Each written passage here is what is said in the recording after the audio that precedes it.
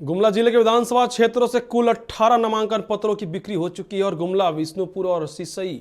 विधानसभा क्षेत्रों से उम्मीदवार पत्र खरीदा है। अब तक कुल 18 नामांकन पत्र की बिक्री हो चुकी है और बीजेपी ने तीनों सीट पर जीत का दावा ठोक दिया है। संपूर्ण भारत क्रांति पार्टी के प्रत्याशी पुष्पा उरांव विष्णुपुर विधानसभा क्षेत्र से आज नामांकन दाखिल करेंगी और इसके अलावा अन्य कई निर्दलीय प्रत्याशियों के नामांकन करने की भी सूचना है।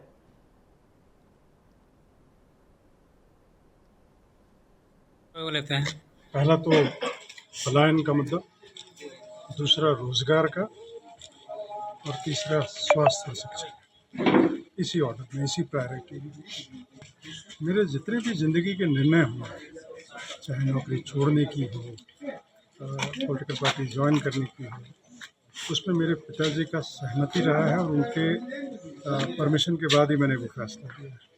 यहाँ जो है चाहे माइंस मिनरल्स हो या तो आम गांव का जो है एक बालू घाट है जो गांव के लोगों के अधिकार में होना चाहिए, पंचायतों के अधिकार में होना चाहिए, ऐसे सारे चीज़ों को भी बड़े बड़े ठेकेदारों के अधीन करना, टेंडर करना और उनकी भी जो गांव की अधिकार है उसको भी छीनना, ऐसे कई प्रकार के बातों को लेकर के यह गांव के लोगों ने खुद ही मुद्दा तैयार किया है। इसलिए मुझे वहाँ मुद्दा बताने की ज़रूरत नहीं होगी और इस बार पूरा झारखंड और इस गुमला जिला के तीनों विधानसभा में ऐसा बयार चला है परिवर्तन का कि बदलाव